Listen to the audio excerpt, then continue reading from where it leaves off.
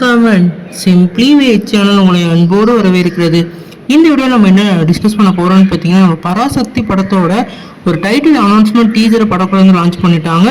இந்த டீசர் என்ன மாதிரி இம்பாக்ட் கிரியேட் பண்ணியிருக்குன்னு சொல்லிட்டு இந்த வீடியோ நம்ம டீட்டெயிலாக டிஸ்கஸ் பண்ணுவோம். அதுக்கு முன்னாடி நீங்கள் இந்த சேனல் புதுசாக இருந்தால் இந்த சேனலை சப்ஸ்கிரைப் பண்ணி பெல் ஐக்கனோட கிளிக் பண்ணி வச்சுக்கோங்க. வாங்க நம்ம வீடியோக்குள்ளே போகலாம்.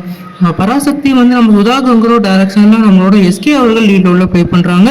இந்த படத்தில் வந்து நம்மளோட அதர்வாவும் அதே மாதிரி ஜெயம் ரவி அவர்களும் வந்து முக்கியமான கதாபாத்திரத்தில் நடிக்கிறாங்க. இந்த டீசரோட ஸ்டார்டிங்லேயே வந்து நம்ம அதர்வா வந்து எல்லாரையும் வந்து ப்ரொட்டஸ்ட் பண்ணுற மாதிரி வந்து ஒரு கட்டையை எடுத்துகிட்டு வந்து ஓடி வந்துகிட்டு இருக்க மாதிரி காமிக்கிறாங்க. குறிப்பாக வந்து அவர் வந்து ஒரு லீடர் மாதிரி வந்து அவர் மென்ஷன் பண்ணி காமிக்கிறாங்க. ஒரு அராஜகம் பண்ணுற மாதிரி ஒரு ஸ்டூடெண்ட்டாக இவரை வந்து மென்ஷன் பண்ணுறாங்க. ஏதோ வந்து எடுத்துகிட்டு அப்படியே வரையில வந்து நம்ம ஸ்ரீலீலாவை காமிக்கிறாங்க.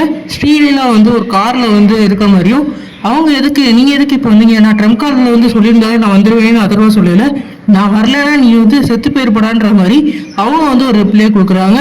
அதுக்கப்புறம் ரொம்பவே வந்து நெகட்டிவ் ஷேடில் நம்மளோட ரவியை வந்து காமிக்கிறாங்க. இவர் இந்த படத்தில் வந்து ரவி மோகன் சொல்லிட்டு ஒரு கதாபாத்திரம் நடிக்கிறாரு. ஒரு நெகட்டிவ் கலந்த ரோலில் இந்த படத்தில் நடிச்சிருக்காரு. கடைசியாக வந்து நம்மளோட சிவகார்த்திகேயனை காமிக்கிறாங்க. நம்ம சிவகார்த்திகேயனுக்கு வந்து ஒரு படை தேவை, அதுவும் வந்து ஒரு பெரிய படை தேவைன்ற மாதிரி அவர் வந்து ஒரு மென்ஷன் பண்ணி எல்லாத்தையும் வந்து பேசிகிட்டு இருக்க மாதிரி தெரியுது. இவரை பார்க்கல வந்து ஒரு போலீஸ் கதாபாத்திரத்தை எப்படி வந்து எடுத்துக்குவாங்களோ அந்த மாதிரி ஒரு கதாபாத்திரமாக தெரியுது. குறிப்பாக இவரோட மேனரிசம் வந்து சொடக்கு போட்டுகிட்டே வர மாதிரியும் அதே மாதிரி நம்மளோட ஜெயம் ரவிக்கு ஒரு ஆப்போசிட்டான கதாபாத்திரத்தில் ப்ளே பண்ணுற மாதிரி தெரியுது. ஏன்னா ஒரு ஃப்ரேமில் வந்து நம்ம ஜெயம் ரவியை வந்து இவருக்கு எதிராக வந்து ஒரு பொம்மையை வச்சு பார்த்துக்கிட்டு இருப்பாரு.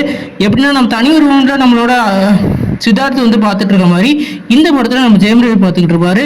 இந்த படம் வந்து மெட்ராஸில் உண்மை கதையை சம்பவம் பேஸ் பண்ணி எடுத்திருக்காங்க. இந்த படம் கண்டிப்பாக ஒரு வேற லெவல் படமாக இருக்க நிறைய வாய்ப்பு இருக்குது. இந்த டீச்சர் பார்த்துட்டு உங்களுக்கு என்ன தோணுச்சு கமெண்ட் பண்ணுங்கள். இந்த சேனல் புதுசாக தான் சப்ஸ்கிரைப் பண்ணுங்கள்.